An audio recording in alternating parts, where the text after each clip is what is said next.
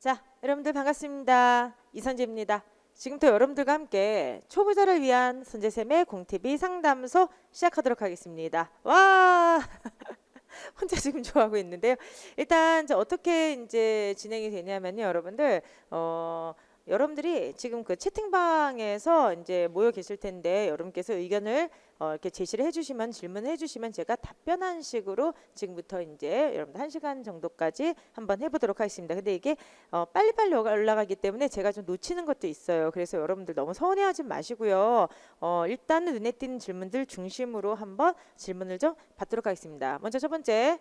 초보자를 위한 상담소예요. 그렇기 때문에 초보자가 아니신 분들은 여러분들 학습법에 대해서 오리엔테이션 제가 많이 찍어놨죠. 그거 좀 참고해서 보시기 바라고요. 이건 정말 초보자 학생들이 많이 좀 참여해서 좀 질문을 하셨으면 좋겠습니다. 일단 아주 그냥 실질적인 질문인데 매일국어 시즌 7 개강과 출간일 궁금합니다. 이렇게 되는데요. 매일국어 시즌 7 개강과 출간일은요. 여러분들 11월 저희가 중순 정도부터 강의를 올려요. 그래서 지금 책은 다 준비가 됐고요. 실제 출간은 11월 한 중순 20일 요 정도 출간되고 강의도 그때부터 이제 업로드 될 생각입니다. 하프모의고사가 여러분들 자 매일국어입니다. 하프모의고사가 매일국어고요. 그 다음에 동안 아닙니다. 동안미문 비교라고 하는데 저 화장빨이라고 누차 말씀드렸습니다. 화장 지우면 못 알아봅니다. 한자 시작을 어떻게 해야 될지 모르겠어요. 자 부스부터 시작할 거고요. 두 분은 굉장히 잘 있고요. 자, 그 다음에 우리 언니도 다닌다 아주 많이 모자랍니다. 이렇게 돼 있어요. 하루에 인강을 11개씩 듣고 있는데 인강 듣다 하루가 끝나요. 10개씩 듣는 게 잘한 걸까요? 그리고 2018년 선제고시록으로는 추락 있으면 들을 수는 있어요. 예, 추락 있으면 들으면 되고요. 자, 지금 시작한 기본강, 기초강 기간은 언제로 나눠야 되는? 자, 일단 여기까지. 자, 좀 몇 가지 하도록 할게요. 일단은 이제 뭐냐면은 강의를 갖다가 어떻게 이제 들어야 되는지, 그 다음에 또 하나 지금 강의를 듣는 게 몇 강이나 되는지, 하루에 이렇게 많이 들을 수가 있는지, 그 다음에 기출하고 어떻게 해야 되는지를 말씀드리고요. 한자 강의를 또 어떻게 이제 들어야 되는지 이런 것들이 있는 것 같습니다. 자. 그렇게 이제 한번 해보도록 하겠습니다. 자, 그러면은 지금부터 이제 여러분들과 함께 공TV에서 지금 나온 몇 가지 질문부터 먼저 대답을 한번 해드리도록 하겠습니다. 먼저 그 초보생들이 지금 제일 궁금해하는 게 지금이 여러분들 이제 그쵸 하반기지 않습니까? 그러다 보니까 내년 3월 혹은 내년 4월에 보는 시험을 본인들이 지금 어떻게 대비를 해야 되는지가 되게 궁금할 것 같아요. 모든 학습은요 가장 기본적인 것부터 여러분들 하시면 됩니다. 맨 처음에 이론을 반드시 하셔야만 돼요. 그런데 이제 항상 시간의 압박감에 대해서 말씀을 하세요. 근데 여러분들 이론적인 토대라고 하는 것은 집을 지을 때 기초공사랑 매우 비슷한 겁니다. 그렇기 때문에 초반에 이론에 대해서 어느 정도까지 시간을 투자하는 것은 어쩔 수가 없는 거예요. 기초공사가 부실하면 나중에 운이 좋으면 안 무너지지만 운이 나쁘면 당연히 무너지게 됩니다. 그렇기 때문에 이론을 학습을 하시는데요. 자, 학습 방법을 이렇게 하세요. 자, 문법 같은 경우는 반드시 1회독을 빡세게 돌리셔야 되고요. 그 다음 규범도 빡세게 돌리시되 이거는 집중 학습을 하셔야 돼요. 아까 하루에 강의만 듣다가 시간 다 간다고 했는데 1회독은 사실 그렇게 해도 됩니다. 제일 이상적인 것은 동영상 강의 시간과 그 다음에 실제학습 시간, 자율학습 시간을 나눠서 듣는 것이지만 제일 그건 이상적인 방식일 뿐이고요. 실제로는 몰아서 그냥 와자자자장 듣는 것도 나쁘지가 않아요. 여긴 지식형 부분이죠. 그래서 지식형 부분은 어떻게 공부를 한다? 몰아서. 그쵸? 한꺼번에 몰아서 한꺼번에 학습을 하는 것도 굉장히 효과적입니다. 알아듣든 못 알아듣든 일단 한 번에 쫙 한번 전체 진도를 빼세요. 어디까지? 규범까지는 그렇게 해야만 됩니다. 자, 그러니까 사실은 하루 종일 강의를 듣는 경우도 있을 수가 있죠. 그러나 제일 중요한 건 1회독을 한번 지식형을 나가게 되는 거죠. 일단 쭉 나가세요. 그러면 자, 내가 아는지 모르는지 모르는 상태에서 막 정신없이 1회독이 딱 나가게 될 거야. 2회독부터는 여러분들께서 그쵸 이해가 가능하게 된 겁니다. 1회독은 무조건 속도전으로 가세요. 지금 시간이 없으니까. 그래서 쭉 한번 몰아서 학습을 하신 다음에 2회독부터는 조금 더 자기가 모르는 부분들 중심으로 자 이번에 시간을 반으로 줄여서 이제 듣게 되는 것입니다. 예를 들어서 내가 문법하고 규범까지 하는데 만약에 하루 종일 국어만 만약에 열심히 들어가지고 2주나 3주 안에 끝냈다라고 하면은 그 다음에 다시 들 땐 그것의 반 정도뿐인 시간이 들지가 않습니다. 근데 지식형 쪽은 무조건 이렇게 공부를 해야 되기 때문에 한 번은 시간을 좀 투자를 하셔야 됩니다. 지금 비슷한 게 이제 나왔는데 문법 공부하는데 시간이 너무 많이 소요되는데 이런 얘기가 나옵니다. 당연하죠, 여러분들 영문법 생각해 보세요. 영문법. 영어 문법만 잘한다고 잘하나요? 문법도 해야 되지, 독해도 해야 되지, 구문도 해야 되지, 뭐 어휘도 해야 되지. 근데 영문법 하는데 얼마나 많은 시간을 투자를 합니까?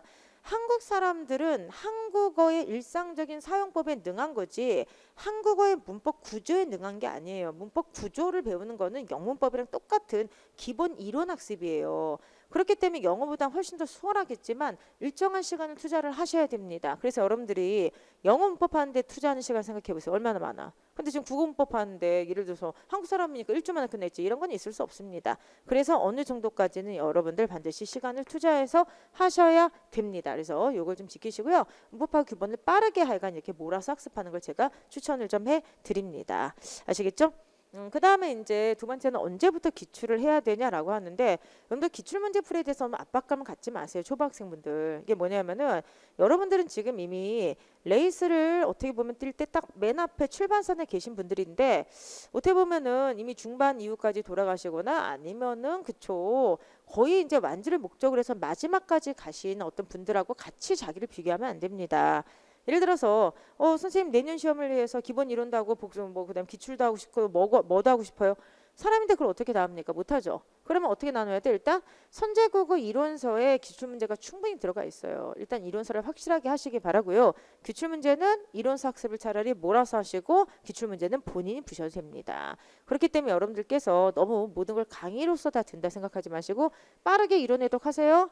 그런 다음에 기출문제는 그 이후에 본인이 그쵸 빠른 시간에 문제를 풀면서 다진다는 느낌으로 하시기 바랍니다. 아시겠죠? 그러니까 동차 진행이라는 건 있을 수 없어요. 이론도 하면서 기출도 풀고 뭐도 하겠다 이런 건 있을 수가 없으니까 차근차근 좀 시간을 투자해서 나가셨으면 좋겠습니다. 아시겠죠, 여러분들? 자, 그 다음에 여기 지금 질문이 이제 뭐냐면은 올인원 1회독하고 기출을 들어갔는데 풀리지 않아서 기본서 보고 기출 보고 그런다 이렇게 돼 있죠. 근데 잘 생각해 보세요.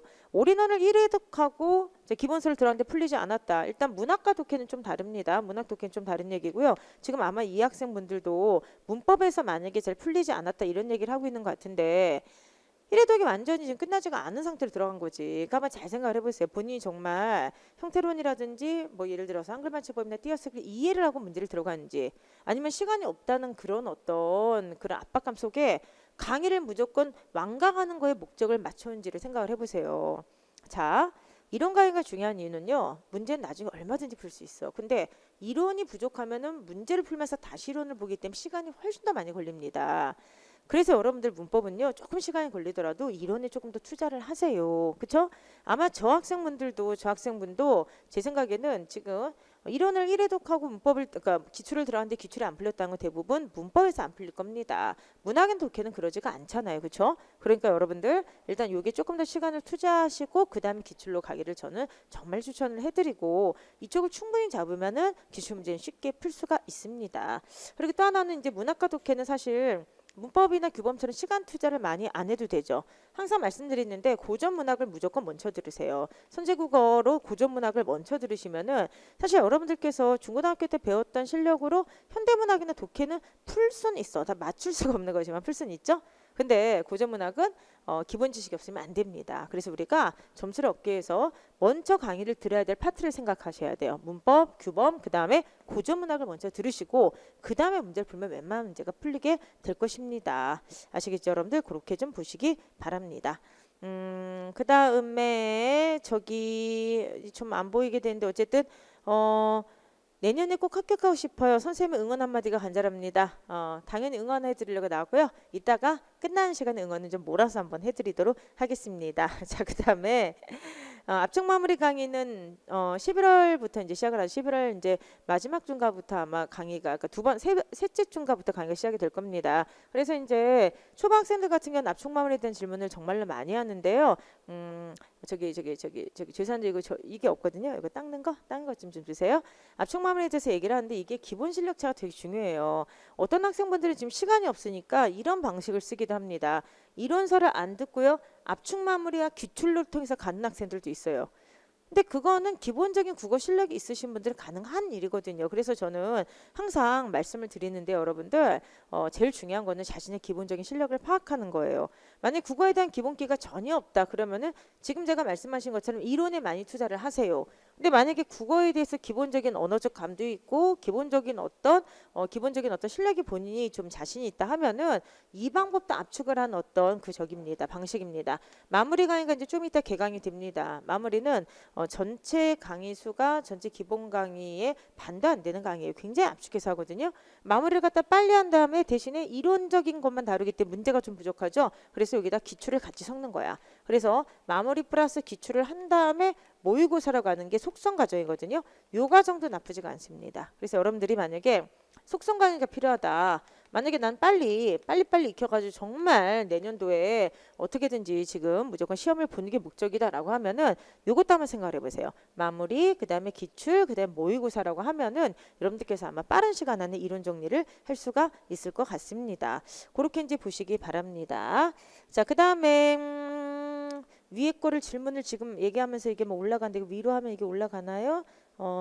비문학 문제가 나왔네요. 비문학 문제 나오고 뭐 그다음에 커리 문제 나오고 한자 문제 나오고 이렇게 되는데 몇 가지 좀 한번 일단 비문학하고 한자가 좀 많이 집중이 되니까 비문학 한자에 대해서 좀 말씀을 좀 드리도록 하겠습니다. 자, 그럼 어쨌든 간에 속성 강의 이거 한번 그리고 이제 전체 올인원 통사 마무리 바꾸게 나올 거야. 아니야, 바꾸지 마세요. 그냥 통사랑 쭉쭉 들어오니까 이건 속성 강의야. 그리고 압축 마무리를 혹시 기본서를 수강해야 될까 좀 힘들 텐데요. 가능은 한데 되게 힘들어요. 이거는 전체를 알고 있어야 되지. 자, 그래서 기출 실력은 하루에 몇 개씩 풀어야 되나 그건 알아서 푸셔야 되는데요.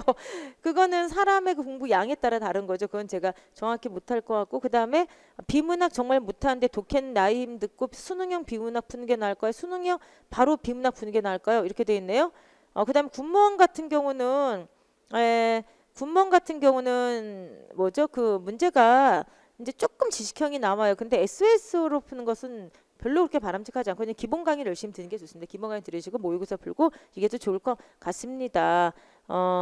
기출문제집 현대문학도 회독해야 되냐? 그럴 필요 없습니다. 고전문학은 회독해야 되는데 현대문학은 문제 푸는 게 중요해요. 그렇기 때문에 그렇진 않습니다. 그리고 시험이 수능형으로 바뀐다는데 따로 대비할 필요가 없이 기출로 해야 될까요? 지금 선제국어 2019년에 수능형 유사문제 다 넣어놨거든요. 충분히 대비되니까 그렇게 하지 마시고요. 그리고 수능형이라고 하는 것은 다대다 지문제 저는 1대다 지문이 1대1 지문이기 때문에 문제 유형은 이미 2014년부터 바뀌었어요. 다 들어와 있습니다. 그리고 이거 너무 힘들다. 자, 그럼 정리. 이렇게 하면 안 되겠다. 그러면 여러분들 너무 죄송해요. 지금 정신없을 것 같은데 오늘의 주제가 방식이 소통이기 때문에 제가 그냥 읽으면서 해주시면 이게 너무 정신없어서 지금까지 나왔던 거 요약해서 그럼 얘기해 드릴게요. 일단 독해 문제 많이 나왔으니까 독해 얘기해 드리고요. 그 다음에 한자 해드리도록 하고 그 다음에 어휘 얘기도 나오고 이렇게 되네요.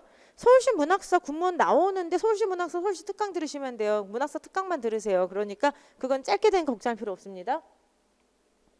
자, 그러면은 정리해서 한번 그럼 세 가지 말씀드릴게요. 힘들다. 자, 독해 있죠? 독해하고 그 다음에 저기 뭐지 한자에 대해서는 제 준비해온 게 있으니까 그거 좀 먼저 설명드릴게요. 자, 그러면은 다시 한번 이제 짧게 이제 정리를 해서 말씀드리도록 하면은 일단 지금 학생분들이 속성으로 듣고 싶어하는 학생들이 되게 많은 것 같아요. 그러면 이분들은 만약에 시간이 너무 없다고 하면은 마무리 빡세게 들으시고 그 다음에 기출 들으시고 그 다음에 모의고사 들으시고 이런 식으로 하면 여러분들 정리가 깔끔하게 될 것 같습니다. 다만 이제 이거는 어느 정도까지 국어에 대한 감도 있고 지식이 있으신 분들이 써야 되는 방식이기 때문에 만약에 본인들이 정말 제대로 정통 코스로 제대로 공부를 하고 싶다면 당연히 선제국어를 들으셔야 되겠죠. 선제국어 이론 들으시고 기출 들으시고 모의고사 쪽으로 이렇게 오시기 바랍니다. 오케이. 자, 그러면 이제 두 번째 독해랑 한자는 지금 계속 문제가 나오니까 일단 그거부터 한 다음에 그 다음에 여기서 나오는 내용을 좀 나머지 내용을 좀 말씀드리도록 할게요. 이 독해학습법 제가 좀 준비를 해왔습니다. 그러면은 자, 독해학습 간단하게 좀 말씀을 한번 해드리도록 하겠는데 지금 그러니까 지금 이제 처음 하시는 그 초보 학생분들이 제일 궁금해하시는 것 중에 하나가 비문학을 어떻게 해야 되느냐 그리고 이제 비문학이 굉장히 많이 나온다는데 어떻게 해야 되냐 계속 지금 문제가 나와요. 수능 비문학 문제를 풀어도 되냐 이렇게 얘기합니다. 근데 독해는요 기본적으로 어떤 것든지 꾸준히 풀면 됩니다. 근데 제일 중요한 건 뭐냐면은 저희 쪽 문제 유형에 맞게 훈련을 해야 된다고 하는 거예요. 독해력은 항상 얘기하죠. 강의를 많이 듣는다고 해서 올라가는 게 아니고요. 꾸준하게 훈련을 통해서만 강화될 수가 있는 거예요. 근데 사실은 꾸준한 훈련을 통해 강화될 수 있는 게 아니라 하나 더 붙이고 싶어요. 꾸준한 훈련을 통해서만이 강화될 수가 있게 되는 거죠. 그래서 여러분들께 정말 꼭 추천해 주고 싶은 그런 프로그램이 하나가 있습니다. 그게 이제 뭐냐면은 그죠. 매주 일정한 시간을 정해서 제가 모든 문제풀이 강의 때 항상 나눠드리는 독해야 산다라는 지문을 일주일에 정해진 분량을 풀었으면 좋겠습니다. 이거는 여러분들 제일 중요한 게 꾸준하게 푸는 거예요. 그러니까 어떤 분들이 욕심을 내서 처음에 막 독해야 산다 5개씩 풀겠다. 그거 일주일에 해봤자 소용없습니다. 단 2개라도 일주일에 정해서 그걸 꾸준하게 푸는 게 제일 좋습니다. 그리고 이제 독해야 산다 이 자료는요, 1년 동안 제가 그 문제풀이까지 계속해서 제공을 해드려요. 그래서 지금까지 이 독해야 산다가 모자라서 공부를 못했다는 학생 거의 보지를 못했습니다. 왜냐면은 작년 강의에서도 독해야 산다가 들어가 있는데, 만약에 올해 강의가 부족하시면은 작년 강의 프리패스 이신 분들 들어가셔가지고 그걸 출력해서 풀면 되기 때문에, 또 매일 국어, 그러니까 독해야 산다라고 하는 것은 독해 나음에 또 보조 또 자료이기 때문에 보조 채우로도 나와 있기 때문에 사실은 자료는 얼마든지 여러분들 제공이 됩니다. 그렇기 때문에 여러분들께서 일단은 반드시 일정한 시간을 정해서 독해 산다를 이런 식으로 해서 풀어야 돼요. 그래서 이게 이제 왜 중요하냐 하면은, 이제 많은 분들이 독해를 생각할 때 독해라고 하는 것을 뭐 강의를 많이 들면 실력이 늘겠지 이렇게 생각하는데 절대 그렇지 않습니다.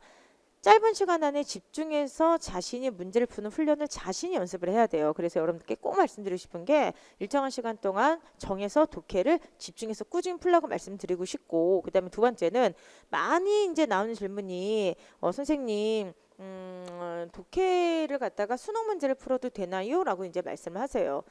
제가 누차 말씀드리는데, 특히 제가 법원직 학생분들은 수능 문제를 풀어주기 때문에 제가 누차 말씀드리는데 풀어도 돼요. 그런데 수능 지문이 저희보다 길고 다대다 지문이에요. 그리고 유형이 거기는 제재별 독해이기 때문에 조금 안 맞는 게 많습니다.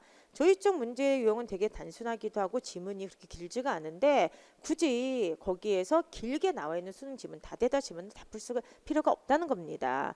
그리고 이제 저희 같은 경우는 여러분들 주로 나오는 게 인문철학, 과학에서도 아주 기본적인 짧은 지문 이런 거 중심으로 나오기 때문에, 되도록이면은 완결된 어떤 지문을 가지고 여러분께서 집중해서 읽는 훈련이 더 중요하다 생각을 해요.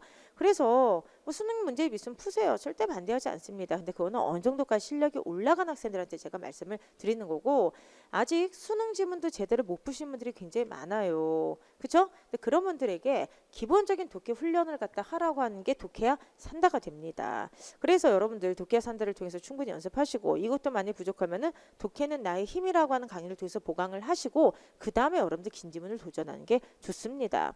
어떤 시험이나 그 유형에 맞게 준비되어 있는 자료를 보는 게 제일 좋아요. 그렇기 때문에 만약에 지금 저희가 이제 논리가 나온다고 해서 만약 피스에서 언어 이해를 푼다, 비슷한 어떤 문제 유형이 있거든요. 근데 그거를 통해 가지고, 그쵸, 유형이 비슷한 문제가 일부 있다 해서 그 시험 문제를 푼다 해서 완전히 도움을 받는 게 아니거든요. 그렇기 때문에 여러분들께서 이 시험을 위해서 준비된 그런 자료를 제가 충분히 제공하니까 이거를 하고, 여기에서도 충분하고 더 모자랐고 더 높은 걸 하고 싶다면 다른 영역 시험들을 보는 게 좋습니다. 그렇게 이제 말씀을 드리고 싶어요. 아시겠죠?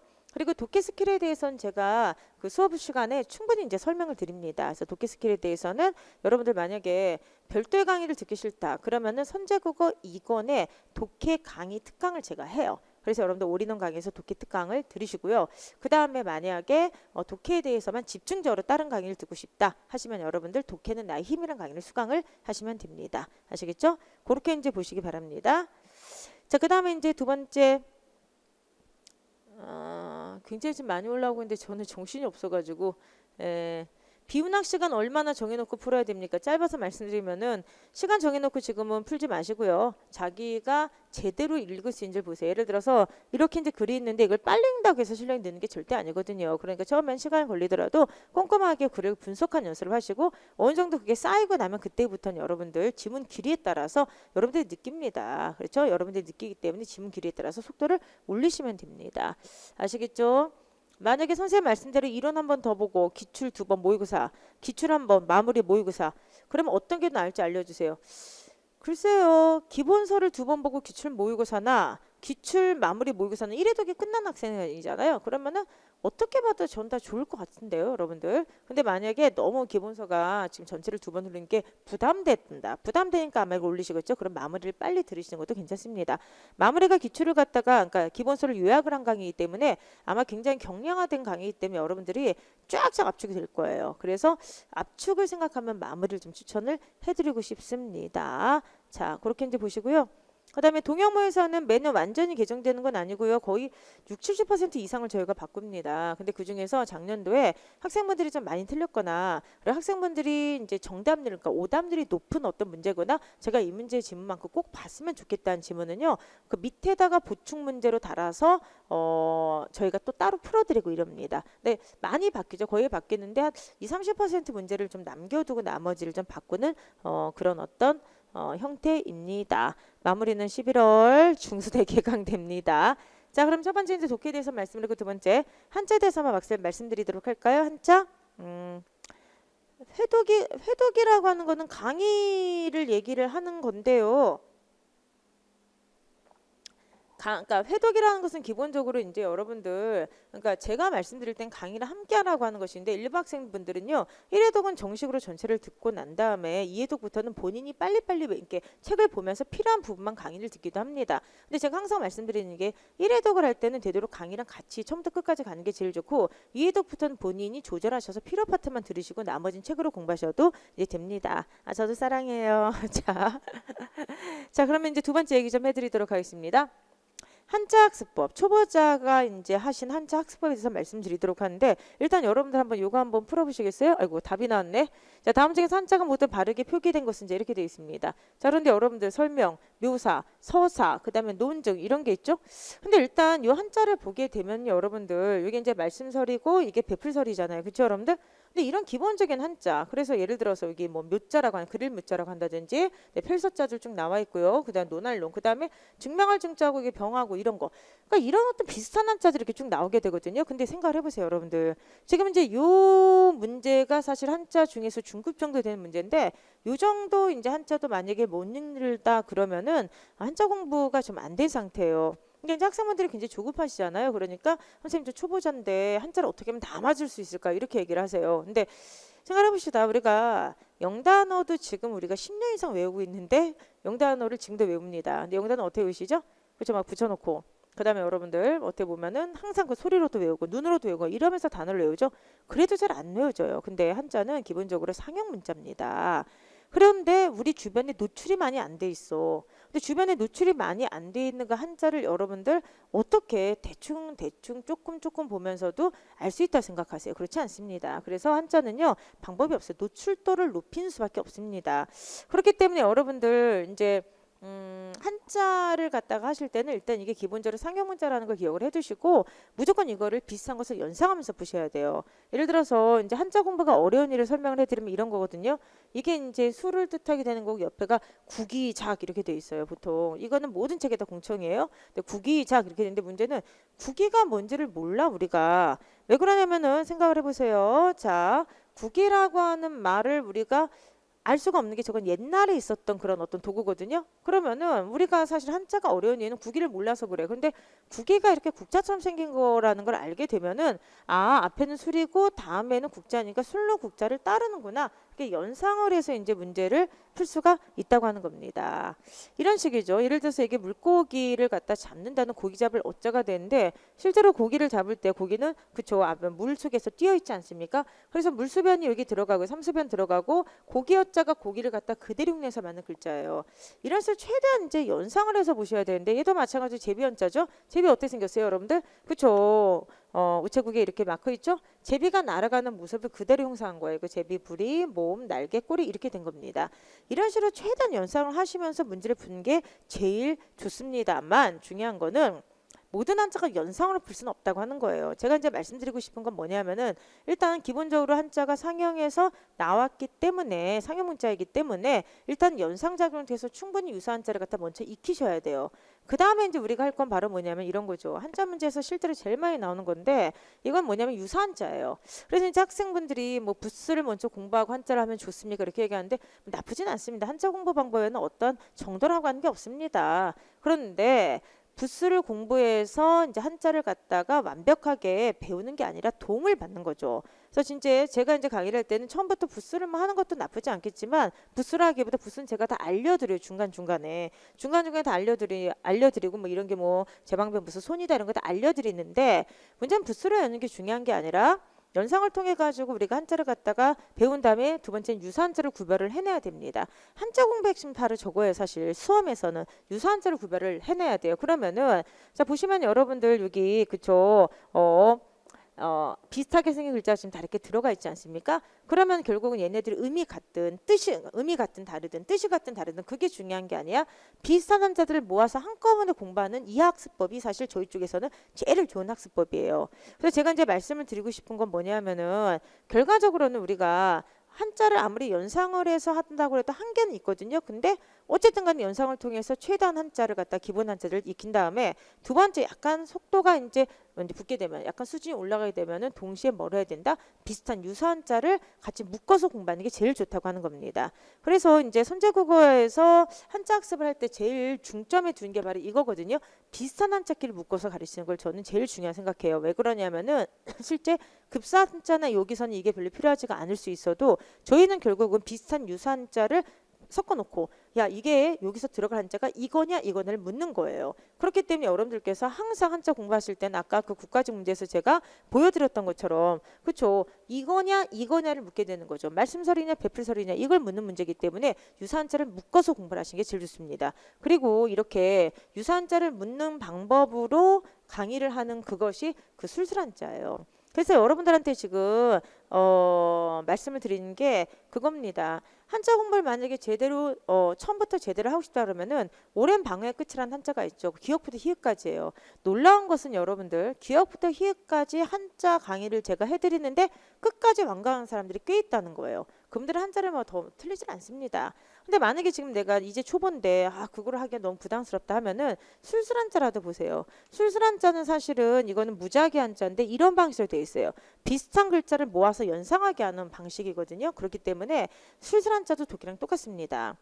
만약에 이번 주에 내가 하루에 난 무조건 일주일에 딱 2장씩 술술한자를 풀겠어 라고 생각하시면은 그걸 지키셔야 돼요. 근데 이제 제일 이제 한자 방식에서 제일 안 좋은 게 처음에 왕창 공부하다가 중간에 포기해. 그러다 시험 직전에 또 한번 왕창 하려고 그래. 그러면 전혀 실력이 늘지가 않습니다. 뭐든지 독해나 한자나 제일 중요한 건 꾸준히 해가는 거예요. 그래서 꾸준히 하라고 말씀드릴 수 있습니다. 정리를 한번 해드리도록 하면은 오랜 방어의 끝이라고 하는 강의가 있긴 한데 그게 너무 지금 부담스럽다 하면 한자는 할 수 있는 데까지 하고 들어가시면 됩니다. 그렇기 때문에 한자는 어떻게 하라? 그렇죠. 연상을 통해서 또 유사 한자를 모아서 그렇게 이제 여러분께서 공부를 하셨으면 좋겠습니다. 그래서 그 정도를 여러분께서 강의를 하시고 그러니까 수업을 공부를 하시고 아마도 시험에 들어가는 게 지금 제일 현실적인 방법이 아닐까 그렇게 이제 생각을 합니다.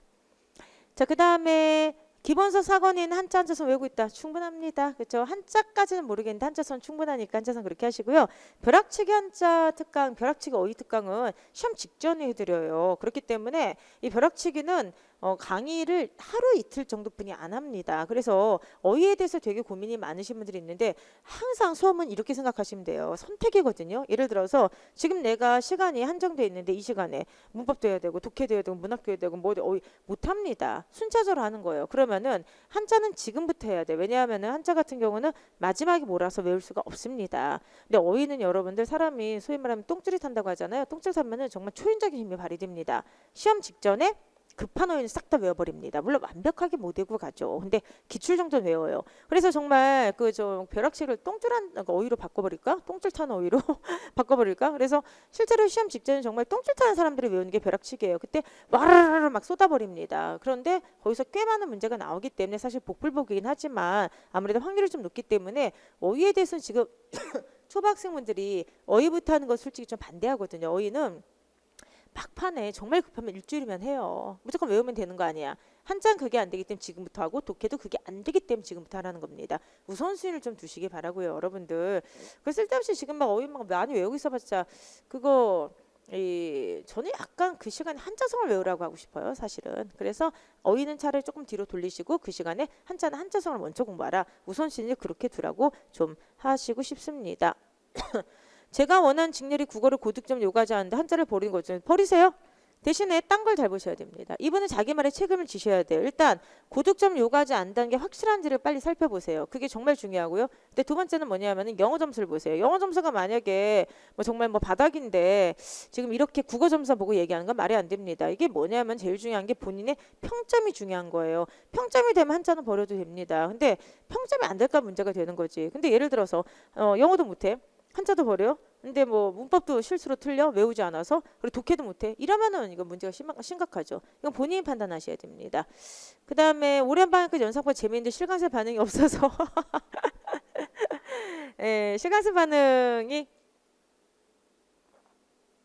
없다기보다 이제 오랜만에 그 실강이 되게 힘든 강의거든요. 왜냐하면은 그 자리에서 우리가 막 100개씩 한자를 외워버린단 말이에요. 시험 보고 막 이러잖아 맨날. 기 안 좋습니다. 걱정하지 않으셔도 됩니다. 오히려 실강분들이 좀 너무 안 됐죠. 막 동강 끊어서라도 보지. 근데 실강분들은 4시간 동안 100개를 막 외우게 하니까 얼마나 힘들겠어요. 막 시험 보고 이러니까. 그죠? 그러니까 좀 힘드신 거죠. 그죠? 그래서 괜찮습니다. 감사합니다. 독해 산다는 모든 문제풀이 과정에 보충 그 프린트로 들어가 있습니다. 수빈이견은 왜 지금 책을 안 내냐 하면은 수빈이견 같은 경우를 제가 항상 사실은 9월이나 10월에 냈었거든요. 근데 이번에 제가 약간 커리에서 새로운 시도를 좀 해요. 그래서 요건 이제 조금 있다가 이제 공개가 되는데 마무리가 나온 다음에 내년 1월, 2월 1월인가 2월인가 지금 잠깐만 좀 헷갈리는데 그때 제가 이제 새로운 공무원 요약서 비슷한 특이한 책을 하나 내요. 그래서 그걸로 좀 대체가 될 수 있을 것 같아서 문법은 좀 나중에 되겠다 생각을 해서 수빈이가 내년에 한 5월 정도에 이제 원래 올해 넣었던 책을 9월로 옮겼던 거거든요. 원래 5월로 다시 갈 것 같습니다. 기출실력 회독에 대해서 계속 얘기를 하고 있는데 기출실력 회독 같은 경우는 여러분들 문법은 많이 회독하세요. 그런데 독해는 못하러 회독합니까? 필요한 것만 빨리 풀고 자기 실력 가늠하면 되는 거지. 고전문학은 회독해도 돼. 그렇지만 뭐 문학은 못하러 회독합니까? 지문 익히면 되는 거지. 그렇죠? 좀 나눠서 이렇게 하시는 게 좋고요. 그리고 어휘하고 있는데 어휘부터 하지 마. 어휘부터 하지. 아니 이게 그 손재구가 안 들었구나. 내가 손재구 사고 날 때 누차야겠는데 한자성어부터 하는 거야. 한자성어부터. 왜냐? 한자성어는 100% 나와. 그러니까 한자성어부터 하시고 그다음에 두 번째 한자를 먼저 하는 거야. 한자는 마지막에 뭐 본인 똥줄 다 타더라도 안 됩니다. 한자는. 그렇기 때문에 한자를 여러분들 먼저 하시는 거예요. 한자를 안 하시는 분들 아예 처음부터 포기를 하시고 근데 나중에 한자 하는 게 아닙니다. 그리고 이제 어휘는 마지막에 똥줄 타면 한다고 했잖아요. 그때 하세요. 그렇죠? 그러니까 저기 하지 마시고요. 한자 책에 나오나 사적어서 같이 외우세요. 자, 한자 공부할 땐 한자 공부해도 아니 제가 강의를 할 때요. 한자 하면서 한자성 같이 해드립니다. 같이 외워버리시고요. 한자 성어만 하기 위해서는 암기용 앱을 가지고 돌리는 거야. 혹은 선제국어 사권 있죠? 그거 가지고 돌리는 겁니다. 그렇게 이제 보시면 됩니다. 술술한자 독학으로 해도 돼요. 하세요. 상관없습니다. 뭐 해도 되는데 이제 아무래도 강의를 하게 되면 술술한자가 짧으니까 훨씬 더 시각적인 거니까 시각적으로 연상을 하는 거죠. 이분은 한번 저기를 하세요. 그 뭐죠? 술술한자를 한번 OT 강의를 들어보세요. 그러면 술술한자는 시각적으로 이렇게 굉장히 강조를 한 거기 때문에 이 시각적 효과가 높은 강의거든요. 그래서 들으라고 하는 겁니다. 내년에 나오긴 책 그 저기 뭐를 힌트 달라는데 필기노트 컨셉트는 맞는데 좀 달라요. 기대해 주세요. 지금 여러 가지 고민하면서 하고 있는데 어쨌든 약간 제가 책을 낼 때 그냥은 안 내잖아요. 그런데 이제 어쨌든 간에 단계간접식 정리할 수 있게 잘 한번 만들어 드릴게요. 마무리랑도 약간 콘셉트가 좀 다른 어떤 책인데 비밀입니다. 비밀 프로젝트입니다. 제가 간만에 저도 사실 새로운 콘셉트의 책을 내가지고 저도 사실 되게 부담도 되고 준비도 많이 하고 있습니다. 어쨌든 간에 마무리 셋째 중과 중순인가 하여간 그때 나와요. 그렇게요. 그 다음에 한자를 사고는 한자부터 순산창에 날고 병행하는 것도 나쁘지 않을 것 같습니다. 암기용 어플은 네 감사합니다. 잘 써주시기 바랍니다. 자, 그 다음에 문학공부법 있죠. 문학공부법에 대해서 이제 말씀을 드리도록 하겠습니다. 자, 문학공부법. 자, 말씀을 좀 드리도록 하겠습니다. 문학은 어떻게 공부를 해야 되는가? 초등학생분들은 무조건 자 고전문학부터 먼저 하세요. 고전문학부터. 이게 왜 그러냐면은 결과적으로는 고전문학이 수업 대비 그 투자 대비 효율성이 높기 때문에 그렇습니다. 왜 그렇겠어요? 남아있는 문학이 많이 없잖아. 그러니까 당연히 그런 거죠. 그렇기 때문에 많은 분들이 정말 모르시는데 고전문학이 점수하기 더 쉬워요. 고전문학이. 수능하고 좀 다릅니다. 수능은 산문반, 우문반이 나오지. 근데 저희는 산문이 거의 안 나오고 우문 중심으로 나오고 산문이 나와도 소설인데 소설이 짧게 나옵니다. 저희는. 그렇기 때문에 저희는 고전이 오히려 점수하기 더 쉽습니다. 그리고 고전은 양이 별로 많지가 않아요. 그럼 어떻게 되냐? 시간은 무조건 지식형으로 가야 돼. 시간 무조건 지식형이에요. 예를 들어서 시험장 가가지고 만약에 공무도화가 처음 봤다, 정읍사 처음 봤다, 정가정구 처음 봤다, 식구창가 처음 봤다. 이분은 공부 하나도 안 한 겁니다. 그렇기 때문에 시간은 무조건 지식형으로 가서 고대부터 시작을 해서 조선시대까지 시가의 중요 작품은 머릿속에 넣고 있어야 됩니다. 그 강의를 무조건 들으셔야 돼요. 그런데 산문은 일부 지식형도 있는데 플러스 여기다 독해형입니다. 특히나 여기 소설 같은 거는요. 소설 기본 이론만 들으시고 나머지는 다 독해형으로 풀게 되는 거예요. 그래서 여러분들한테 고전문학은요. 이거는 선제, 국어, 올인원으로 듣던 그쵸? 기본서로 듣든 아니면은 여러분들 만약에 기출로 듣든 이 둘 중에 하나라도 반드시 들으라고 제가 말씀드리고 싶어요. 그럼 반드시 들으셔야 됩니다. 그리고 가장 효율성이 좋은 강의 중에 하나입니다. 그쵸? 그러니까 거의 다 나오는 질문 해버리니까 고전부터 먼저 듣는 겁니다. 그래야지 속도가 좀 납니다. 근데 이제 현대문학을 못하시는 분들이 많은데요. 현대문학 같은 경우는 이렇게 보시면 돼요. 크게 세 가지가 있죠. 일단 뭐 잘 안 나오는 희곡이나 아니면 시나리오는 좀 약간 좀 수필 같은 거 일단 빼고요. 크게 그냥 시하고요. 소설하고요. 일부 직렬에서 문학사가 나오게 됩니다. 아까도 이제 군번하신 분이 계속 문학사 질문을 하셨는데요. 시는요. 제일 중요한 게 분석법이에요. 분석법. 분석법인데 이거는 제가 시 분석지를 나눠드려요. 어디서 기본서에서. 그러니까 좀 강의 좀 제대로 좀 들으세요. 이제 문제가 뭐냐면 강의를 안 듣고 계속 굉장히 책만 사. 그래서 맨날 문법 강의만 듣는다든지 아니면 강의 1분만 들으니까 좋은 자료가 어디인지도 모르는 거예요. 기본서가 왜 기본서겠습니까? 기본서만 제대로 들으면 어떤 시험이든지 볼 수 있게 만들어주니까 기본서고 기본서가 어떻게 보면 기지예요. 그 안에 제가 좋은 자료를 진짜 많이 모아놨거든요. 시분석은요. 시는 본인이 분석하셔야 돼요. 저는 이제 분석하는 법을 알려드리는 사람이에요. 그렇기 때문에 여러분들 시분석법을 시가 약하신 분들은 반드시 기본 분석법을 들으신데 똑같습니다. 선제국어 3번 기본 강의에서 제가 분석법을 한 다음에 여러분들이 제발 직접 해보세요 라고 하면서 분석지를 나눠드립니다. 요걸 정말 푸시면 정말 실력 많이 올라갑니다. 아시겠죠 여러분들? 아니 공짜로 나 분석지 드리고 하라고 연습하고 이대로만 하면 되는데 왜 이걸 안 해? 잘 생각해봐요. 고등학교 때 내내 시를 배웠지. 근데 고등학교 때 내내 3년 내내 시를 배웠는데 지금까지 시를 해석 못해. 그럼 뭔가 공부 방법이 잘못되어 있는 거예요. 독해도 똑같아요.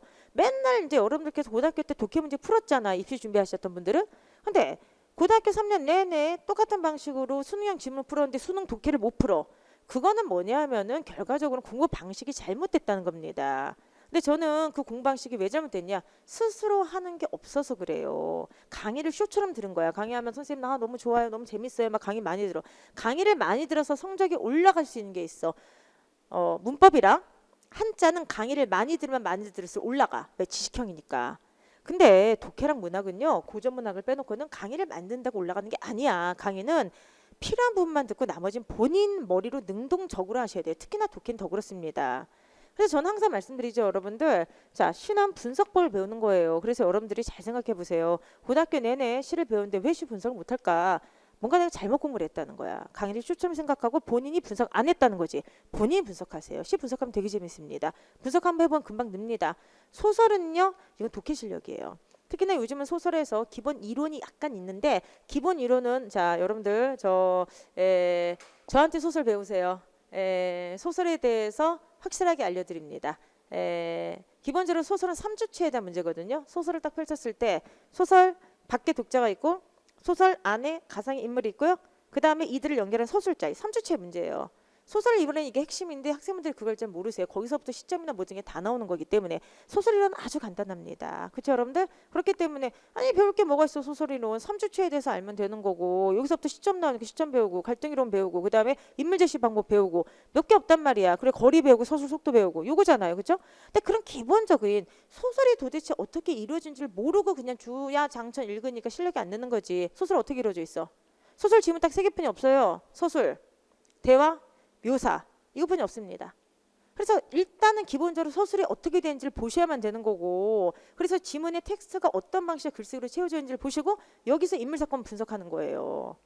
그래서 여러분들 제가 말씀드리고 싶은 거는 이론을 먼저 학습하시고 독해를 하시면 되는데 사실 이론이 나오면은 다 맞아요. 그런데 문제는 뭐냐 다 맞게 해드려요. 근데 독해가 나오면은 독해는 본인들이 하셔야 됩니다. 어찌든 간에 이렇게 이제 구성되어 있죠. 마지막 문학사인데 문학사는 그냥 시험 직전에 들으셔도 됩니다. 선제국어 올인원 강의 들어가면 마지막 보충 강의 문학사가 들어가 있어요. 문학사를 왜 열어드렸겠어요 제가? 그냥 시간 있을 때 들어보라는 거예요. 되게 재밌어요. 문학사는 지금 문학사 아까 공부하시는 분들이 있었는데 고민하시는 분들 있으면 고민할 필요 전혀 없습니다. 문학사는 안 나와서 문제지 나오기만 하면 다 맞을 수 있게 해드립니다. 이거는 그냥 딴 말 필요 없고요. 기본 강의 있죠? 기본 강의, 기본 상황이 맨 끝에 보충 강의로 지금 들어가 있어. 그 공짜잖아. 여기 들어보세요. 그러면은 제가 왜 이렇게 말씀드리는지 알 겁니다. 문학사는 굉장히 재밌어요, 사실은. 그래서 여러분들 문학사 걱정하지 마세요. 안 나오니까 사실은 제가 강의를 많이 못하지. 이 강의 한 번 들으면 다 맞을 수 있습니다. 이건 걱정하지 마세요. 제가 걱정하는 건 시하고 소설이야. 근데 다시 한번 시는 분석법을 익혀야 된다. 자, 기본 강의 올인원 들어가서 분석지 찾아서 풀어라. 소설은 기본 강의에서 이론부터 듣고 나머지는 독해 실력을 해라. 문학상 걱정하지 마시고 그 밑에는 부충 강의 한 번만 들으세요. 나중에 시험 전이라나 지금 시간 있을 때 그러면은 문학상 다 맞을 수 있다. 다 맞을 수 있습니다. 그러니까 걱정하지 않으셔도 됩니다. 이렇게 이제 되는 거예요. 정리 한번 해드리도록 하면은 이 문학을 100% 지식이라 보는 건 당연히 잘못된 일이고요. 그렇다고 100% 독해라 보는 것도 잘못된 겁니다. 기본적인 이론의 토대 위에 텍스트 분석이 더해져야 돼요. 결과적으로는 어떻게 텍스트를 읽는가 그 방식을 배우게 되는 것이거든요. 그렇기 때문에 여러분들 이론 학습부터 먼저 하시고 그 다음에 나머지는 제가 충분히 나눠드리는 분석 방식을 통해서 독해 형식을 푸시면 됩니다. 그리고 이제 노파실 한마디 더 해드리면은 기본 강의를 잘 활용하세요. 기본 강의가 왜 많겠습니까? 그리고 기본 강의가 왜 사실은 기본 강의겠습니까? 누차 말씀드렸지만 여러분들이 기본 강의만 제대로 들어도 충분히 사실 풀 수 있도록 만들어 놓은 강의이기 때문에 기본 강의에 들어가 있는 그런 내용들, 자료들 잘 활용을 해보시기 바랍니다. 아시겠죠? 네. 전부 올인원에 있어요. 아이고 서울시 응시생이 하는데 문학사 안 들어도 돼요. 근데 안 들어도 돼요. 안 들어도 되는데 문학사한테 머리 풀기 해서 한번 들어보시는 재밌는 강의라서 올려드린 거예요. 학생분 이제 공부 안 될 때 쓴소리 영상만 듣지 마세요. 이 쓴소리 영상은 너무 많이 들으면은 제가 항상 얘기하잖아. 너무 감동적이어서 울다가 하루가 끝나. 그렇죠? 그래서 그냥 스트레스 받을 때 문학사 강의 들어보면 얼마나 재밌어. 사실은 현대문학 백문 백년이라고 하는데 여러분께서 사실은 중학교 때부터 주야장천 현대문학을 배웠잖아. 근데 우리가 항상 궁금한 게 이거잖아요. 이 문학 작품 왜 뛰어나요? 그러면은 대답을 못해. 아니 도대체 이 작가가 왜 뛰어나는 대답을 못하잖아요. 그러니까 우리는 사실 제대로 이제 배운 게 아니죠. 사실은 이렇게 암기형으로 문학을 배우다 보니까 아니 이 작가가 뛰어나면 위대한 이유가 있을 거 아니야. 이 작품이 뛰어나면 위대한 이유가 있을 거 아니야. 그거는 문학사의 흐름 속에서 결정이 되는 것이거든요. 그 안에서 텍스트의 구조적인 어떤 뛰어남이 있어야 되는 건데 이 문학사 자체를 한 번도 배워보지 않았기 때문에 도대체 이 사람은 왜 뛰어난지 저 사람은 왜 뛰어난지 모르는 겁니다. 그래서 사실 문학사는 사실은 꼭 들을 필요는 없는데 그냥 배경 지시를 한번 가볍게 들어보면은 재밌는 강의입니다. 서울시 보실 분들은 반드시 들으셔야 되는데 서울시 안 보실 분들은 배경식 쌓는 연습을 한번 들어보시면은 아 이래서 hun지권이 뛰어나구나. 아 이래서 이 작가가 위대한 작가구나. 이걸 느끼실 수 있을 거예요. 그렇습니다.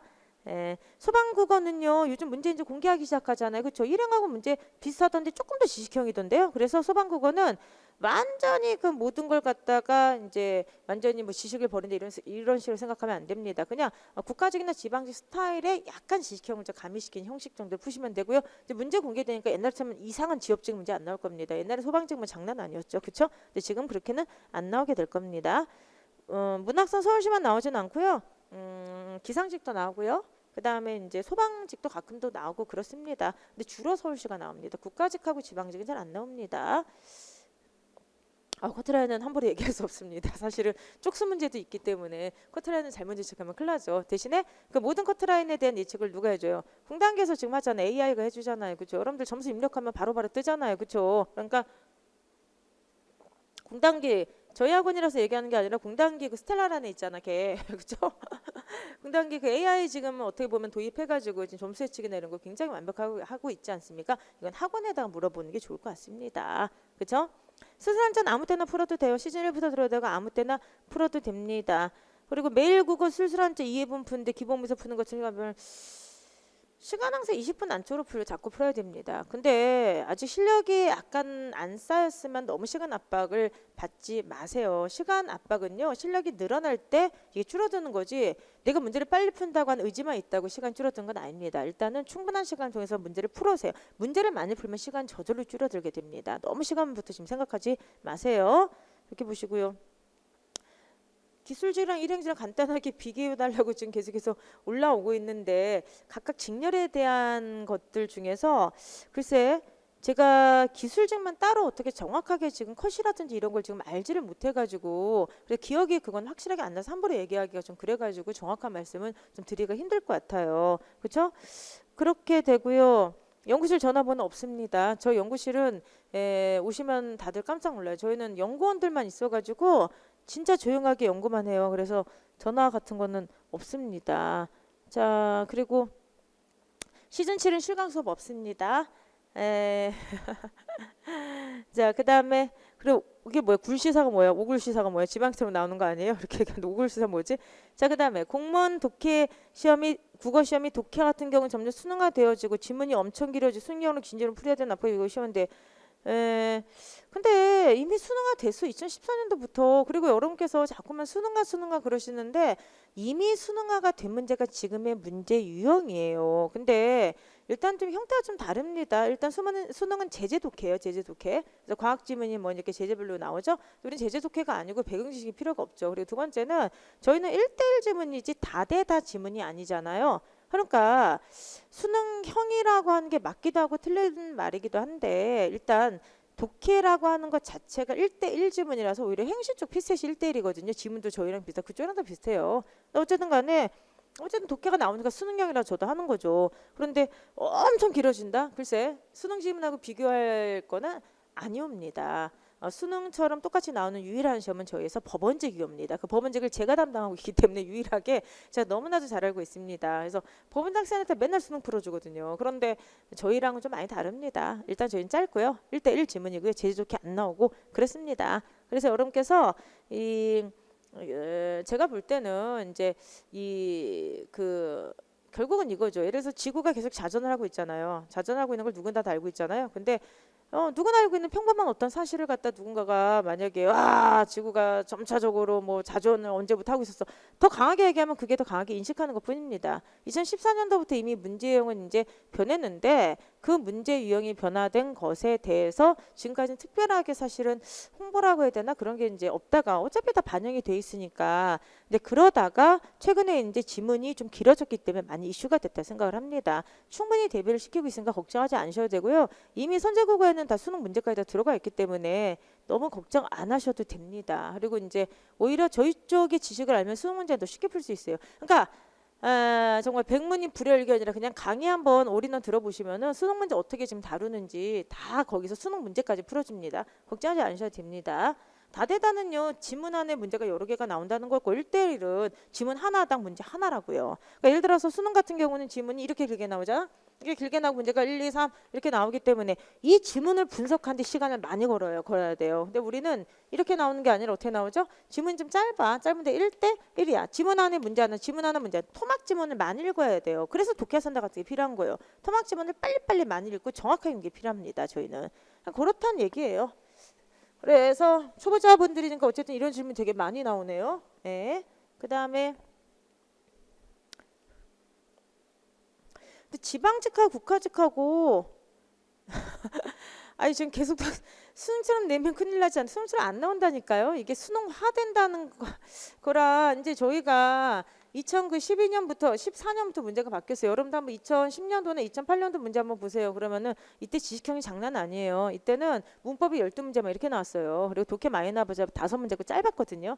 2014년도부터 문법 비중 줄어들었지 지금. 그죠? 한 6문제에서 7문제 정도 나오고 나머지 어휘한자 나오고 10문제가 독해랑 문학에서 나오잖아. 지금 이렇게 나오잖아요. 그러니까 문법하고 한자에서 10문제 나오고 독해랑 문학에서 10문제 이렇게 나오지. 2014년도부터 이렇게 바뀌었어요. 그러니까 이미 그때부터는 그렇게 문제가 나오게 된 겁니다. 이미 그렇게 나오게 된 거기 때문에 근데 그 다음부터 소위 말하는 다대다 지문이 안 나오잖아요. 지금. 그렇죠? 그래서 그렇게 낼 수가 없는 게 왜 그러냐면 저희는 아시겠지만은 5과목을 동시에 봐야 돼요. 5과목을 동시에 보니까 그렇게 낼 수가 없는 거지. 법원직은 왜 수능처럼 나올 수가 있냐? 법원직 문제는 수능과 똑같습니다. 수능 문제거든요. 왜 그러냐? 따로 봐 1, 2교시를.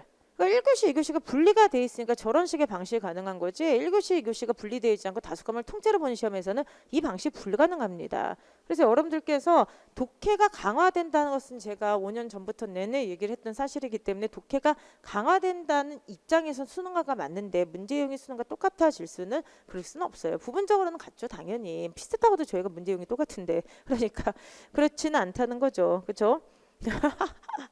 미치겠다. 정권 바뀌면 난도도 바뀌네. 자, 자, 자, 자, 자, 좀 중요한 얘기. 그러니까 뭐 지방직하고 저게 뭐죠? 그 지금 계속 교양 얘기가 나오는데 교양 문제도 들쭉날쭉해요. 지문이 긴 것도 있고 지문이 짧은 것도 있고 이렇습니다. 그렇기 때문에 제일 중요한 거는 여러분들 저기를 보세요. 기출을 보는 게 제일 좋습니다. 기출을 봐야지 문제 유형을 아니까 일단 기출 문제 유형을 좀 보시기 바랍니다. 자, 그다음에 선생님 옆 동네 사회 민모쌤은 민준호 쌤이네. 지금 슬럼프가 올 시기라고 일기에 적어주시는데 슬럼프에 대해 한마디 해줄 수 있나요? 슬럼프 맨날 오지 뭐. 근데 이 슬럼프가 올 시기라고 하는데 초시생은 슬럼프 오면 안 되지 않아요? 자 잠깐만 이거 초시생을 위한 강의잖아. 지금 학습법에서 상담이잖아요. 초시생 뭔 슬럼프가 와. 슬럼프 오면 안 되지. 그렇죠? 슬럼프라고 하는 건 언제 와야 되느냐. 자기가 죽으라고 달렸는데 왠지 다람쥐 쳇바퀴 제자리에 머무르고 있다는 그렇죠? 지구의 자전 속도와 똑같이 내가 돌고 있다는 느낌뿐이 안 들 때 그때 슬럼프가 오는 것입니다. 너무 냉정한가요?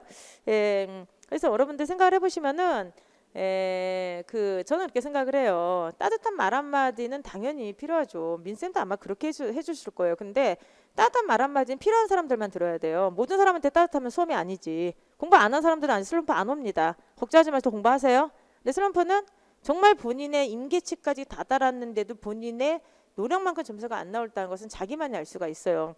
당연히 그럴 수 있습니다. 그럴 때 이제 슬럼프가 오게 되는 거예요. 그때는 여러분들 당연히 극복을 해야 되죠. 그렇죠? 어쨌든 간에 그렇고요. 시험이 얼마 안 남아서 그런데 기출문제 중심으로 이분 저기 초시생이 아니야? 초시생 아니면 기출문제 중시해도 돼요. 근데 초시생이면 기출문제 중시하지 말라고 그랬어요. 제가 그 전에 반드시 이론학습 하라고 그랬습니다. 이론학습 예를 들어서 마무리로라도 이제 하라고 그랬어요. 그렇죠?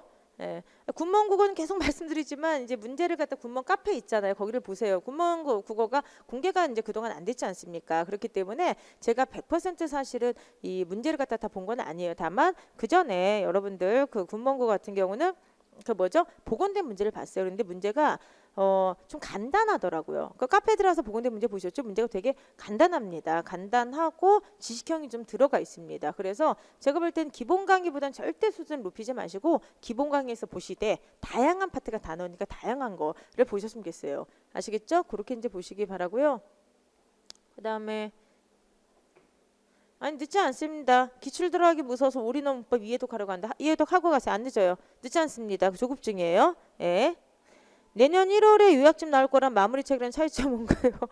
기다려주세요. 마무리책은 전체 압축해독이고 내년에 나오는 것은 약간 조금 더 찍기 형식으로 이렇게 나오게 될 것 같아요. 네, 그렇게 이제 보시기 바랍니다.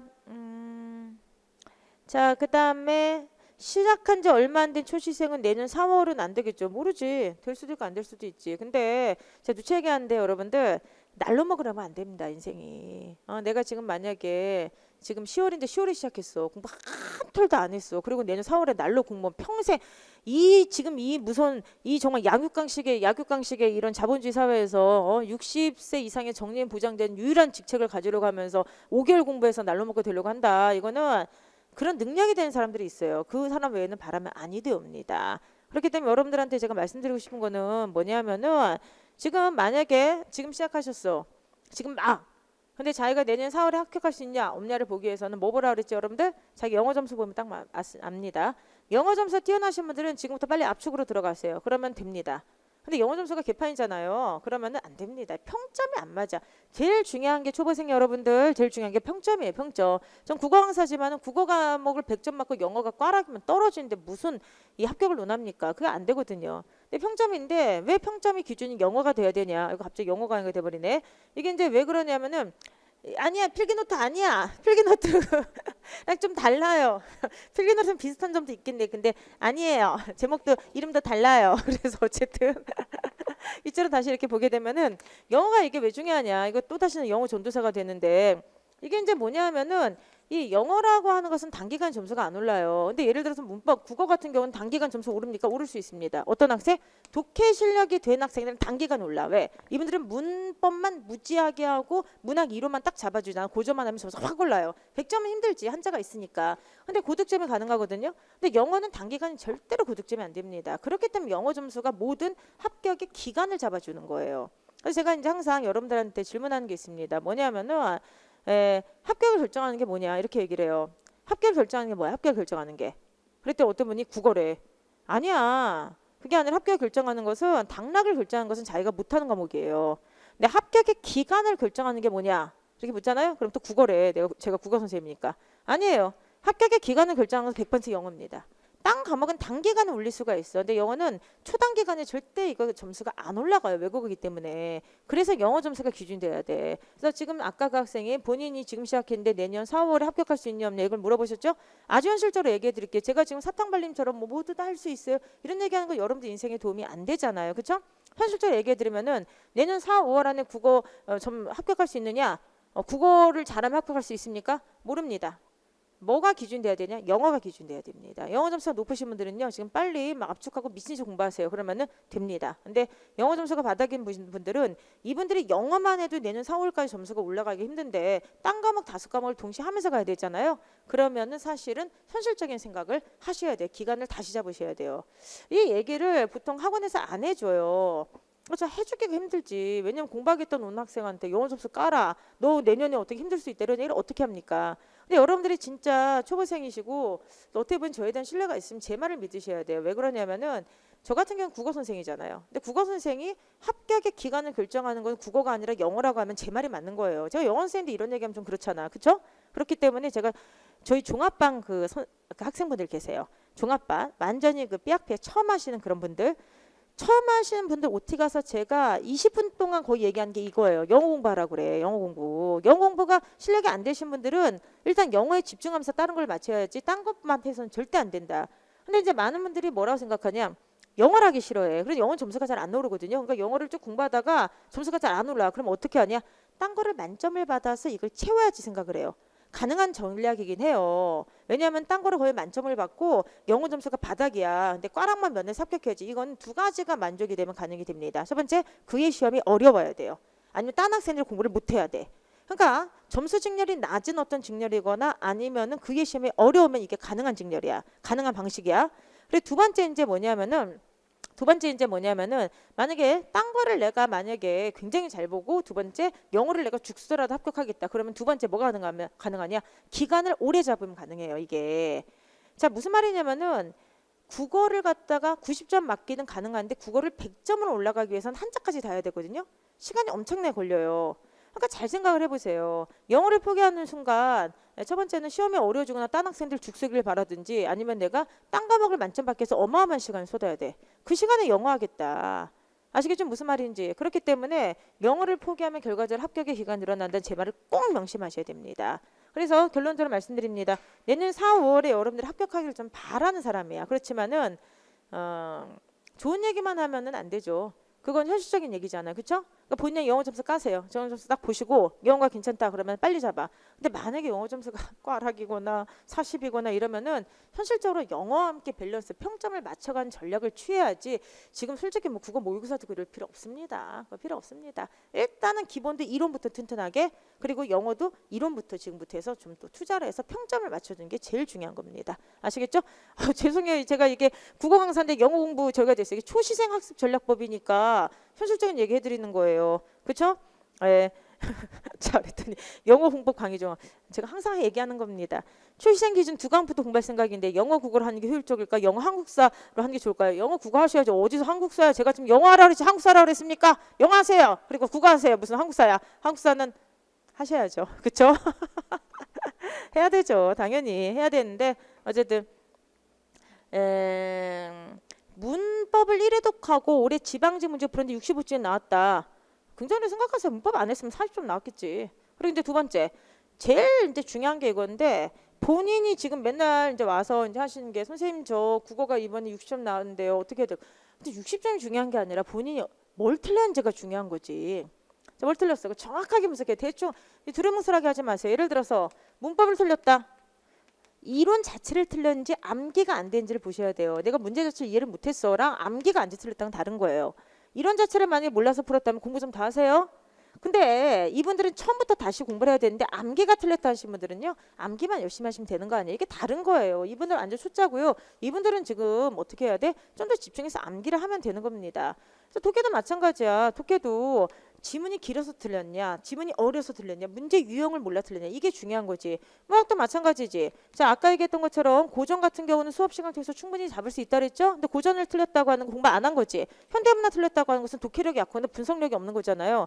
한자도 마찬가지잖아. 한자도 이런 식으로 구체적으로 본인이 어떻게 틀려서 이 점수가 나왔는지를 분석을 해야 되는데 그냥 뭉뚱그려가지고 저 그냥 국어를 너무 못해 이러면은 사실은 이건 분석을 해드릴 수가 없는 겁니다. 그래서 정확하게 본인의 수준을 좀 여러분께서 보셔야만 되는 거예요. 그렇죠? 그렇기 때문에 여러분들께서 일단 자기가 점수가 어떻게 나왔다는 걸 일단 분석을 하셔야 돼요. 그리고 이제 아까 그 학생분 문법 1회 독하고 한번 풀었는데 65점 나왔다. 그럼 봐봐요. 문법을 1회 독하고 65점 나왔다라고 하면은 문법은 맞아야지. 근데 문법 맞았는지 봐봐. 다 안 맞았을걸? 공부 제대로 안 했다는 거지? 그리고 이제 나머지에서 본인들이 도대체 어디까지 공부했는데 어디가 안 나왔는지 본인이 판단하셔야 돼요. 저희는 성인이기 때문에 수준이 다 다릅니다. 그렇기 때문에 여러분들께서 본인이 뭐를 잘하고 뭐를 못하고 하는지를 본인이 그때그때만 체크를 해야 되지 여러분께서 이 본인 스스로의 실력을 체크를 못하게 되면은 사실은 발전을 못할 수가 있습니다. 속도가 느릴 수가 있기 때문에 뭉뚱그려서 뭐 80점이다 7점 6점이다 보다도 구체적으로 어디가 약하다를 본인 점수를 본인이 파악하시길 바랍니다. 이게 굉장히 중요한 얘기예요. 파생합성은 왜 암기야? 이거는 일부 암기지만 그거는 이해해야지. 안 보인다. 딴 강사 얘기하지 마세요. 영식이 하지 마. 아까 동준쌤 얘기 나왔던데. 자, 딴 강사 얘기들 하지 마세요. 이 선생님들 얘기하면 제가 무안하잖아요. 그쵸? 자, 영어 열심히 할게. 엉엉엉. 파생합성 너무 우려워요. 자, 파생합성은 죄송합니다. 제가 잘 못 가르쳤나 봐요. 저 한 번만 더 강의 좀 들어주시면 안 될까요? 거기에 파생합성어 들어가셔서 이 라면 스프 분석하는 거 한 번만 좀 더 좀 들어주세요. 예. 아 이분 계속 이거 나오네. 지방지 서울시를 갑자기 지식형만 출되지 않겠지?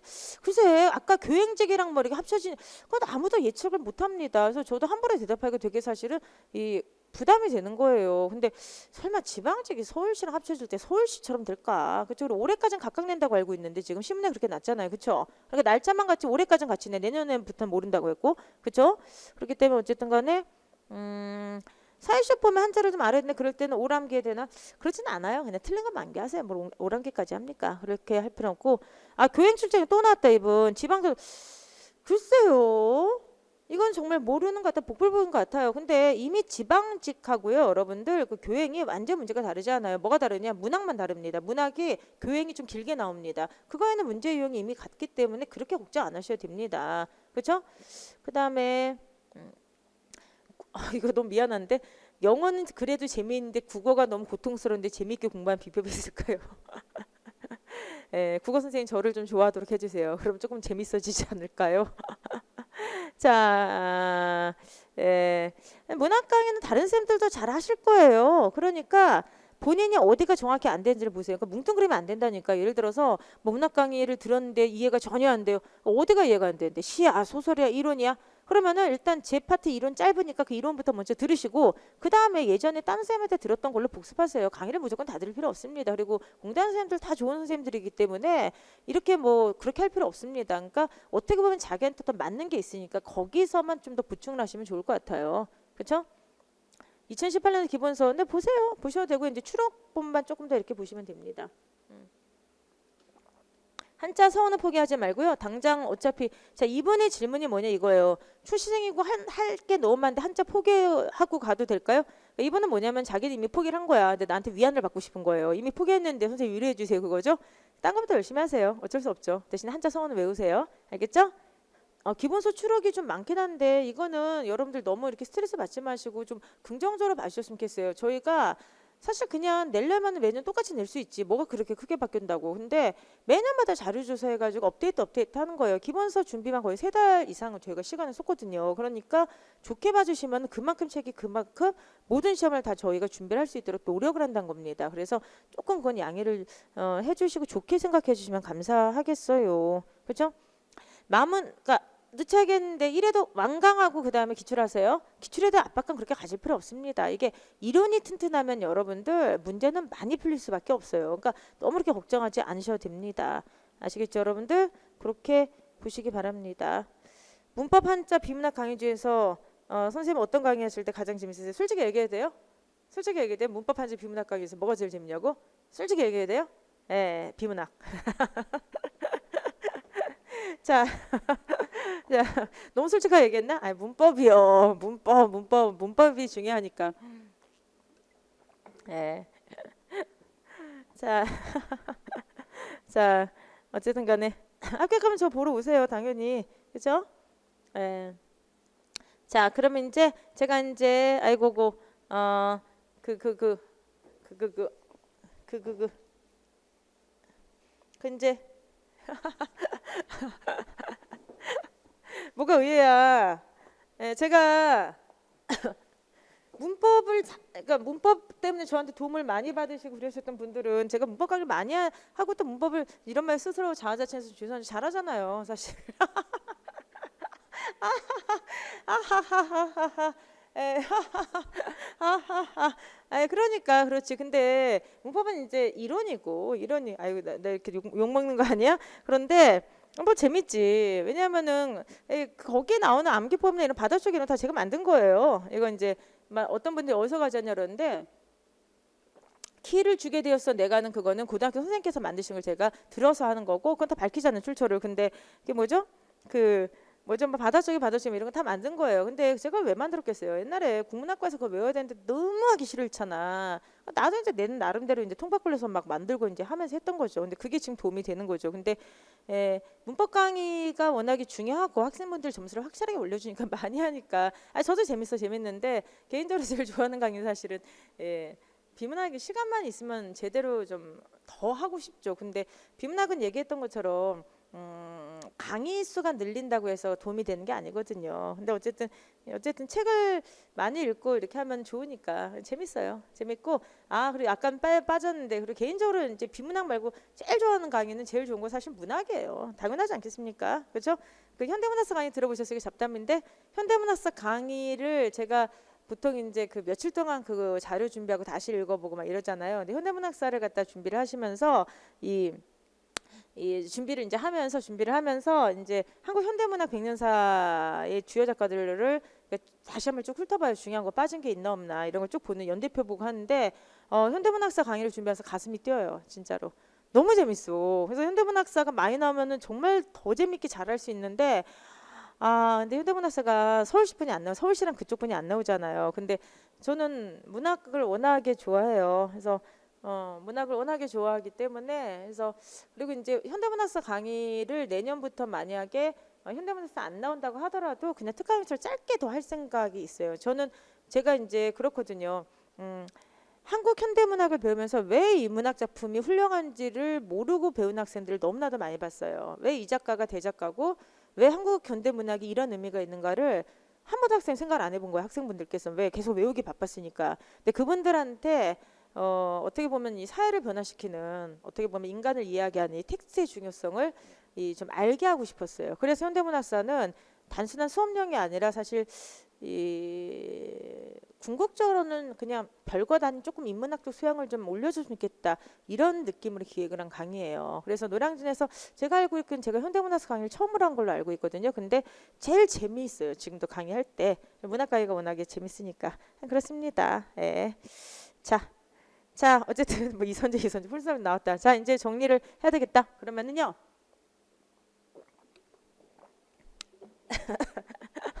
너무 웃겨. 근데 이렇게 해도 돼요? 이거 이렇게 자유롭게 해도 되는 거야 이거? 자 여러분들 어쨌든 쌤이 제일 좋아하는 문학책 몇 개만 추천해 달래? 그래서 제일 좋아하는 건 아니고 글쎄 근데 여러분들 읽지 마세요. 그렇죠? 읽지 마세요. 왜냐하면은 공부할 때는 수험서 읽는 게 최고입니다. 수험서 공부하세요. 수험서 공부하시고 어쨌든 그렇습니다. 얼마 전에 제가 어떤 강의 때 얘기했나? 읽고서 그냥 펑펑 울었던 책이 하나가 있는데 다시 읽고 펑펑 울었던 책이 있는데 지금 딱 그게 생각나네. 저기네 위대한 개츠비 읽고 펑펑 울었어요. 근데 이게 이제 좀 다른 게 그 읽는 그 독해법이 저랑 약간 보통 사람들은 다를 수가 있어요. 다를 수가 있어요. 위대한 개츠비는 보통 이제 허세의 대마왕 이렇게 생각하고 이 엄청난 부자로서 젊은 나이에 성공한 그런 사람으로 이제 생각을 해서 뭐 저기 뭐지 승리를 갖다 승집이라고 한다면서요. 그리고 여러분들 그거 아시죠? 머리 하는 게 뭐지? 그 머리 하는 거 있잖아요. 일본 그 뭐지? 가스비가 아니라 뭐죠? 일본 그 스프레이 뿌리는 거. 그 뭐라 그러지? 그거를? 일본 스프레이 뭐예요? 일본 스프레이 뭐예요? 일본 스프레이 그거 있잖아요. 그 가스비? 가부키가 아니라 일본에서 나온 제품 있잖아요. 머리 스프레이 있잖아요. 그쵸? 그 이름이 사실 개츠비의 저기거든요. 그게. 근데 어쨌든 간에 어머 개츠비 읽고 울었다는 사람 있구나. 가츠비 그쵸. 가츠비 하여간 그거 있죠. 그게 이제 개츠비 아니야. 근데 가츠비구나. 근데 이게 원래 개츠비거든요. 근데 이제 허세의 상징이라고 생각하고 이렇게 생각을 하겠지만은 저는 개츠비를 이제 제 나름대로 읽은 거지. 그래서 어쨌든 간에 어쨌든 제가 나중에 강사를 은퇴하게 되면 개츠비 때문에 생각하면 딱 맞습니다. 위대한 개츠비를 읽고 인생에 대해서 다시 좀 몇 가지 생각을 한 게 좀 있어요. 내가 좀 허상을 쫓아서 산 게 아닌가. 그래서 은퇴를 하게 되면 개츠비 때문에 생각하시면 딱 맞을 것 같습니다. 자, 그래서 어쨌든 간에 이제 저기를 하도록 하겠습니다. 들어가고 이제 마지막으로 한번 저기 할게요. 제가 드리고 싶은 말씀 좀 드리고 저기 하도록 하겠습니다. 자, 일단 여러분들 이제 오늘 초보자분들의 질문을 몇 개를 한번 받아보면서 했는데 제가 여러분들한테 꼭 말씀드리고 싶은 게 바로 있어요. 그게 바로 이겁니다. 바로 뭐냐면은 이론으로 뼈다귀를 잡고 문제를 채우자는 거예요. 지금 오늘 나왔던 그런 어떤 질문들이 정말로 굉장히 정말 이렇게 많이 나왔던 것 중에 하나가 선생님 뭐부터 들어야 될까요? 그다음 선생님 예를 들어서 뭐 이론을 안 듣고 기출 들어도 될까요? 이런 식으로 생각을 하는데 조급증이 결국은 병을 키웁니다. 이게 뭐냐면 여러분들 처음에 이론적 뼈대를 완벽하게 제대로 잡지 않고 문제로 들어가게 되면요. 그분은 되게 속도가 빠르다 생각하죠. 저 사람은 아직도 이론 공부하고 있는데 나는 벌써 기출부고 뭐 풀어. 근데 기출문제 풀이가 왜 속도가 안 날까? 이론이 안 돼 있으니까 다시 이론수를 보니까 속도가 안 나는 거예요. 원래 기출문제 풀이는 속도가 빨라야 돼. 저는 보통 이렇게 이야기를 합니다. 이론으로 뼈대를 잡자. 이론적 뼈대가 튼튼해. 그러면 그 다음에 기출로 가든 아니면 그 다음에 여러분들 나중에 모의고사로 오든 간에 속도가 날 수밖에 없습니다. 마지막에 모의고사를 보게 되면은 이 학생 공부를 했는지 공부를 안 했는지 금방 알 수 있어요. 어떻게 할 수 있을까? 그렇죠. 공부를 했는지 아닌지를 어떻게 하냐면은 필기하는 거 보면 알 수 있습니다. 공부하는 학생들은요, 자기가 딱 필요한 것만 탁탁탁탁 필기를 해. 공부 안 하는 학생들은요, 강의가 신세계야. 모든 게 다 새로운 내용이야. 모의고사는 최종 점검이야. 이거는 시간 줄이는 법 같은 거 배우는 거예요. 자기 약점 체크하는 거야. 근데 여기 와가지고 만약에 기본적인 이론을 그때 필기하고 있다면 공부가 전혀 안 됐다는 거예요. 이론에 여러분들 시간을 처음에 좀 쏟으세요. 그럼 나중에 모의고사는요. 하루에 3개, 4개도 풉니다. 그런데 모의고사를 푸는데 그중에 반이 만약에 모르는 이론이야. 그럼 다시 기본서를 보니까 속도가 늦어지게 되고 하루에 모의고사 1개 풀었어요. 이런 얘기가 나오게 되는 겁니다. 그래서 여러분들 지금 기본적인 이론에 시간 투자하는 게 절대로 아까운 게 아니니까 여러분들께서 거기에 맞춰서 각자 상황에 맞춰서 충실하게 공부를 좀 하시기 바라고요. 그리고 제가 그 앞에서 각각 문법이나 그다음에 고전문학이나 현대문학이나 어떻게 독해나 공부해야 되는지 말씀드렸죠. 여러분들 그런 걸 생각하시면서 여러분들께서 자신의 그런 어떤 앞으로 공부 계획을 잡으셨으면 좋겠어요. 양질전화라는 말이 있죠. 그러니까 이게 이제 결국은 뭐냐면 인생사가 비슷합니다. 양의 어느 정도 쌓여야지 질로 전화가 돼요. 근데 어떤 분들은 양을 쌓아놓지 않은 상태에서 질적인 그런 어떤 변화만 바라는 분들이 많습니다. 근데 여러분들 이 질적인 변화가 있기 위해서 어느 정도 인풋이 있어야 돼요. 막 집어넣는 게 좀 필요합니다. 이거는 국어만 그런 게 아니라 다른 과목도 마찬가지입니다. 여러분들은 일단 열정 가지고요. 시간을 투자해서 막 집어넣는 그런 마음가짐과 시간을 투자하면서 그런 자세를 공부해야 되고 그러면은 그 집어넣을 때 어떻게 하면 효율적으로 집어넣을 수 있을까? 얘를 어떻게 체계적으로 정리해 줄 수 있을까? 그게 바로 제가 한 역할이에요. 근데 만약에 이렇게 해서 집어넣어야지만 이게 질적으로 전화가 되는 게 저는 보이는데 그 기본적인 양을 채우는 걸 거부한 학생들은요 질적인 변화가 일어나지 않습니다. 그러니까 항상 모든 학습이 어렵고 반복된 느낌만 드는 겁니다.